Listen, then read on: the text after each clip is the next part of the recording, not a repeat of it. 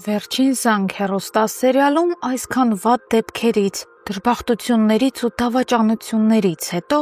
վերջապես մի լավ իրադարձություն է տեղի ունենում։ Առաջիկա սերիաներում մեր հեռուստադիտողը կտեսնի Աննայի ու Միքոյի բալիկի ծնունդը։ Գոնե այս հարցում հաստատ ամուսինները նույն կարծիքի են։ Միասին են, ինչպես երբևէ։ Նրանք երկուսն էլ անսահման սիրում են իրենց փոքրիկին եւ ամեն ինչի պատրաստ են հանուն նրա։ Ինչպես կտեսնենք, Աննան շարունակում է ապրել Միքոյի հետ ու չի բաժանվել ամուսնուց։ Ոչ միշտ է գործում այս կարծրատիպը, բայց տվյալ դեպքում երեխան իրոք պահեց ընտանիքը։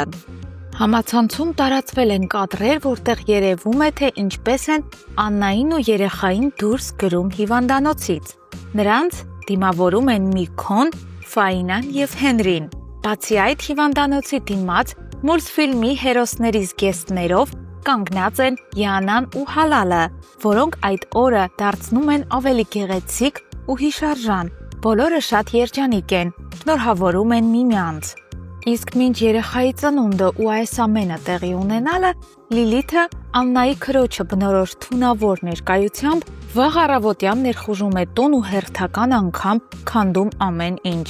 Լիլիթը, ինչպես պարզվում է, դեռ չի բավարարվել այն բոլոր ցավերով, որոնք տարիներ շարունակ բերել է Աննայի գլխին։ Նա հիմա էլ իր թույնը շաղ է տալիս ավելի խորը, ավելի վիրավորական։ Աննան, Հենրին ու Ֆաինան նախաճաշի սեղանի շուրջ նստած են, երբ Լիլիթը ներխուժում է եւ անպատկառ կերպով բոլորի ներկայությամբ ուղղում է Աննային մի հարց. «Դու չես ամաչում, որ սոսից հղի լինելով հանդերձ եկել ես այս տուն որպես Միքոյի կին»։ Աննան փորձում է լռեցնել քրոջը, խուճապահար փորձում է կանխել ողբերգությունը, բայց արդեն ուշ է։ Լիլիթը խաղի մեջ է դրել իր վերջին հաղթաթուղթը։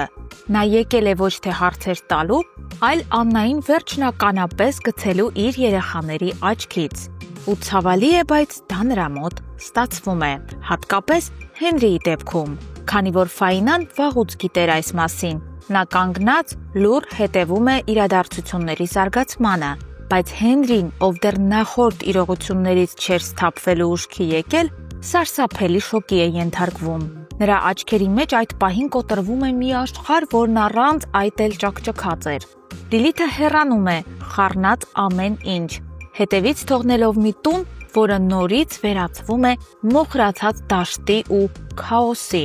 Աննան ամաչելով, խեղճացած նստում է որդու դիմաց եւ ստիպված պատմում ողջ ճշմարտությունը։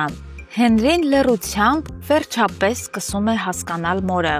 Նա տեսնում է նրան ոչ որպես իդեալական մայր, այլ որպես մարդ, որը երկար տարիներ եղել է դժբախտ, կոտրված ու մենակ։ Իսկ սոսը ամայացած ու հոգնած կանգնած է նույն տեղում, որտեղից սկսվել էր ամեն ինչ։ Նա գնում է այն դպրոցը, որտեղ 25 տարի առաջ ինքն ու Աննան ավարտեցին իրենց պատանեկությունը։ Լուսավոր դահլիճի պատերի ներքո Աննան հայտնվում է քայլելով դեպի անցյալը։ Նրանք գրկախառնվում են երկար ու լուռ։